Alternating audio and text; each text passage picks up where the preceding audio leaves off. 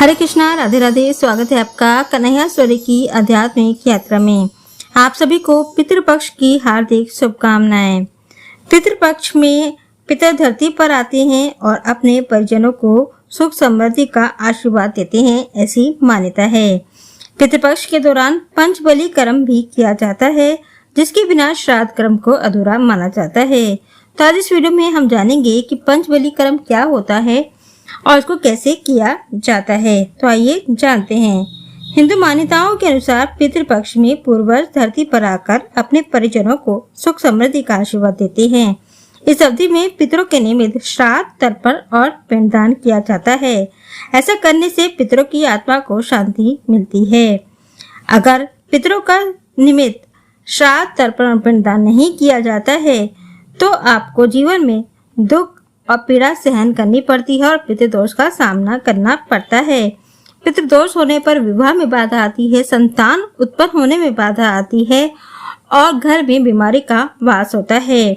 अगर आप अपने पितरों के निमित्त श्राद्ध, तर्पण और पिंडदान करते हैं तो आपके घर में दुख दरिद्रता नहीं रहती है और आपके पितर आपको सुख समृद्धि का आशीर्वाद देते हैं। पितृपक्ष की अवधि भाद्र पूर्णिमा से लेकर आश्विन अमावस्या तक होती है। इस साल यह अवधि 7 सितंबर से लेकर 21 सितंबर तक चलने वाली है। इन 15 दिनों में कुछ कार्यों को करने की मनाही होती है, जैसे कि नए सामान की खरीदारी। कोई भी शुभ कार्य इन 15 दिनों में नहीं किया जाता है। गृह प्रवेश, विवाह, बाल मुंडन आदि कार्य नहीं किए जाते हैं। पितृपक्ष में पंचबली कर्म के बिना पितृक्रम पूरी तरह से संपन्न नहीं होता है। पंचबली कर्म को गरुड़ पुराण में भी बताया गया है और पंचबली कर्म के बाद ही ब्राह्मणों को भोजन कराया जाता है। तो आइए जानते हैं कि पंचबली कर्म क्या होता है। सबसे पहले जान लेते हैं कि पंचबली कर्म क्या होता है। पंचबली का अर्थ है 5 हिस्सों में भोजन अर्पित करना। पितृपक्ष में 5 हिस्सों में देवताओं यानी कि भूले बिसरे पितरों के निमित्त चींटी, कौवा, गाय और कुत्ते के लिए भोजन का अंश निकाला जाता है। यह श्राद्ध का प्रमुख हिस्सा होता है, जिसे पंचबली कर्म कहा जाता है। इसके बाद ही आपका जो पितृपक्ष का खाना है वो शुद्ध माना जाता है और ब्राह्मणों को अर्पित किया जाता है। पंचबली कर्म के बिना श्राद्ध का भोजन शुद्ध नहीं माना जाता है और श्राद्ध कर्म को अधूरा माना जाता है। अब आइए जान लेते हैं कि पंचबली कर्म कैसे किया जाता है। नंबर 1, गोबली। पंचबली कर्म में सबसे पहले गौ माता के लिए भोजन निकाला जाता है या गौ माता को कराया जाता है। इसके लिए घर की पश्चिम दिशा में पलाश के पत्तों पर रखकर गाय को भोजन कराया जाता है और इस दौरान गोभ्यो नमः मंत्र का जाप करके गाय माता को प्रणाम किया जाता है। नंबर 2 आता है स्वान बलि। पंचबली कर्म का दूसरा बलि है स्वान बलि, अर्थात कुत्ते को पत्ते पर रखकर भोजन करवाया जाता है। माना जाता है कि इस कर्म को करने से जातक आकस्मिक संकटों से बचा रहता है। नंबर 3 आता है काक बलि। पंचबली कर्म में कौवों को भी भोजन करवाने का विशेष महत्व है। इसके लिए छत पर या भूमि पर पत्तल में कौवों के लिए भोजन रखा जाता है। यह मान्यता है कि अगर कौवा आपका भोजन ग्रहण कर लेता है तो इसका अर्थ है कि पितर आपसे प्रसन्न है। नंबर 4 आता है देवादि बलि। इस दौरान घर के अंदर पत्तों पर देवताओं के लिए भोजन निकाला जाता है। देवता होते हैं आपके भूले बिसरे पितर, जिनको आपको नहीं जानते हो, तो उनके निमित्त भी भोजन निकाला जाता है।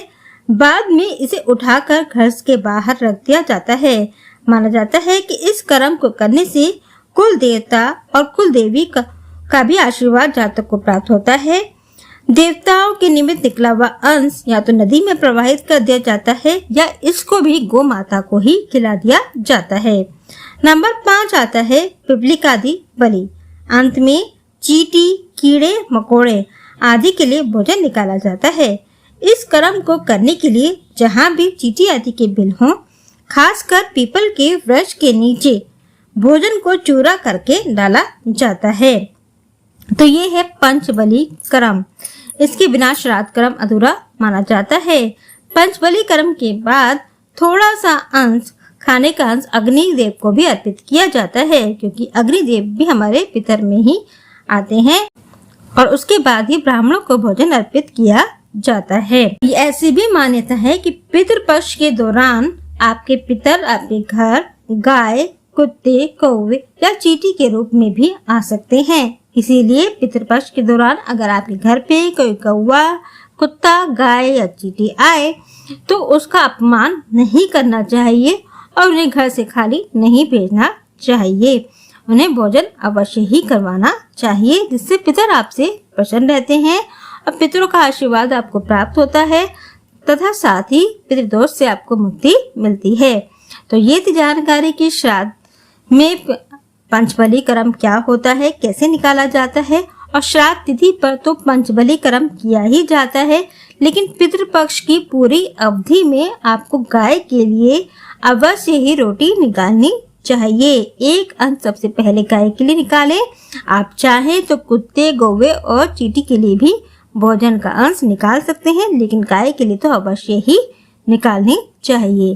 तो ये थी जानकारी कि पंचबली कर्म क्या होता है, कैसे निकाला जाता है और पितृदोष से आपको मुक्ति कैसे मिल सकती है। तो आज की वीडियो में इतना ही। जय श्री राधे।